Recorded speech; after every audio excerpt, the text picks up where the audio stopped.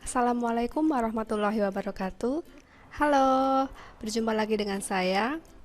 Pada video kali ini, kita akan membahas secara umum ketentuan perpajakan, yaitu yang pertama tentang pengertian perpajakan, yang kedua adalah jenis-jenis perpajakan yang dipungut oleh pemerintah, kemudian yang ketiga adalah kontribusi pajak bagi masyarakat dan bagi negara. Sebelum kita memasuki paparan tersebut, jangan lupa untuk like, kemudian subscribe, dan komen jika pada akhir paparan ini kalian masih belum juga paham. Nah, langsung saja kita akan membahas tentang apa itu pajak.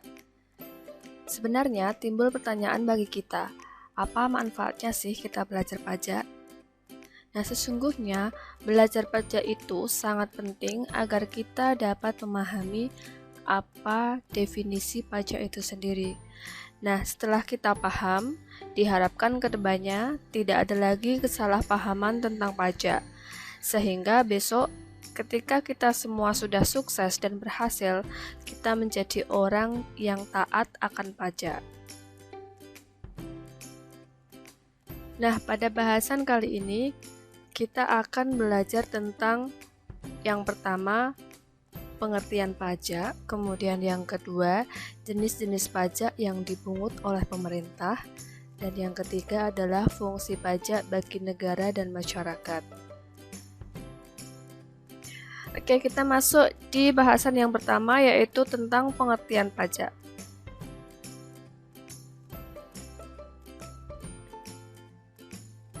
Nah, di sini dipaparkan bahwa berdasarkan Undang-Undang KUP Nomor 28 Tahun 2007 Pasal 1 Ayat 1, pajak merupakan sebuah kontribusi wajib kepada negara yang terutang oleh orang pribadi atau badan yang bersifat memaksa berdasarkan undang-undang. Kontribusi wajib tersebut tidak mendapatkan imbalan secara langsung dan digunakan untuk keperluan negara. Nah, tentunya sebagian besar orang pasti sudah tahu apa itu pajak. Dapat dikatakan bahwa pajak juga merupakan salah satu sumber dana pemerintah untuk melakukan pembangunan, baik itu dari pemerintah pusat maupun pemerintah daerah. Agar pemerintah bisa mengurangi utang, dalam kondisi yang seperti ini kan banyak berita bahwa pemerintah itu sangat besar utangnya. Nah, sebagai warga negara yang baik, apa sih yang bisa kita lakukan untuk mengurangi utang pemerintah tersebut? Salah satunya yaitu dengan taat membayar pajak ini. Jadi agar pemerintah itu bisa mengurangi utang untuk membiayai pengeluaran negara ini, tentu saja salah satu sumbernya yaitu dari pembayaran pajak yang kita bayarkan nanti. Saat pajak tidak dibayarkan, pemerintah dapat menetapkan sanksi denda, penyitaan aset, dan bahkan nanti bisa dilakukan penahanan bila kita terbukti tidak bayar pajak. Selanjutnya kita masuk di jenis-jenis pajak. Yang pertama yaitu pajak penghasilan. Pajak penghasilan ini contohnya ketika kita bekerja, kemudian kita mendapatkan gaji, kita wajib membayar pajak sesuai dengan ketentuan yang berlaku. Kemudian ada di sini adalah pajak pertambahan nilai. Nah, pajak ini sesungguhnya adalah sangat melekat dalam kehidupan sehari-hari. Nah, masing-masing dari kalian sudah pasti pernah membayar PPN, entah kalian sadar atau tidak. Contohnya, ketika kita pergi berbelanja di supermarket, coba kalian cek struk yang diberikan oleh mbak-mbak atau mas-mas kasir. Nah, di situ tentu sudah ada tertera kita telah dipungut PPN oleh si supermarket tersebut. Biasanya PPN yang dipungut adalah 10%. Nah, kemudian kita masuk di bea materai, bea masuk, dan cukai. Kemudian selanjutnya adalah pajak kendaraan bermotor, bea balik nama, dan pajak bahan bakar kendaraan bermotor. Nah, jika kalian punya motor, jangan lupa untuk bayar pajak ya.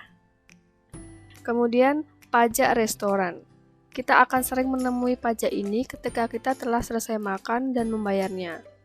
Nah, pajak ini disebut pajak restoran dan biasanya akan dikenai sebesar 10%.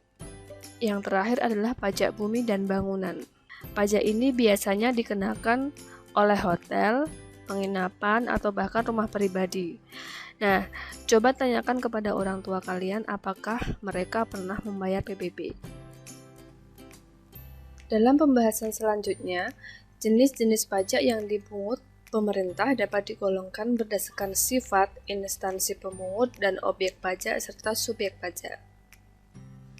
Nah, di sini dipaparkan bahwa jenis-jenis pajak yang dipungut pemerintah itu yang pertama berdasarkan sifatnya dapat digolongkan menjadi pajak langsung dan pajak tidak langsung. Kemudian yang kedua, berdasarkan pemungutnya, dipungut oleh pemerintah pusat dan dipungut oleh pemerintah daerah. Kemudian berdasarkan objek dan subjeknya dibedakan menjadi pajak subjektif dan pajak objektif. Kemudian kita masuk di fungsi-fungsi pajak. Yang pertama itu adalah fungsi budgeter atau fungsi anggaran. Nah, di sini pajak itu merupakan sumber pemasukan keuangan negara dengan cara mengumpulkan dana atau uang dari wajib pajak ke kas negara. Tujuannya adalah untuk membiayai pembangunan nasional atau pengeluaran negara lainnya. Sehingga dapat dikatakan bahwa fungsi pajak merupakan sumber pendapatan negara yang memiliki tujuan menyeimbangkan antara pengeluaran negara dengan pendapatan negara. Yang kedua adalah fungsi regulasi atau fungsi mengatur. Nah, di sini dipaparkan bahwa pajak merupakan alat untuk melaksanakan atau mengatur kebijakan negara dalam hal sosial dan ekonomi. Nah, fungsi mengatur atau regulasi ini antara lain, pajak dapat digunakan untuk menghambat laju inflasi. Pajak dapat juga digunakan sebagai alat untuk mendorong kegiatan ekspor, seperti pajak ekspor barang. Nah, selain itu, pajak dapat memberikan proteksi atau perlindungan terhadap barang produksi dari dalam negeri, dan pajak dapat mengatur dan menarik investasi modal yang membantu perekonomian agar semakin produktif. Yang ketiga adalah fungsi distribusi atau fungsi pemerataan. Berarti pajak dapat digunakan untuk menyesuaikan dan menyeimbangkan antara pembagian pendapatan dengan kesejahteraan masyarakat. Yang terakhir adalah fungsi stabilisasi.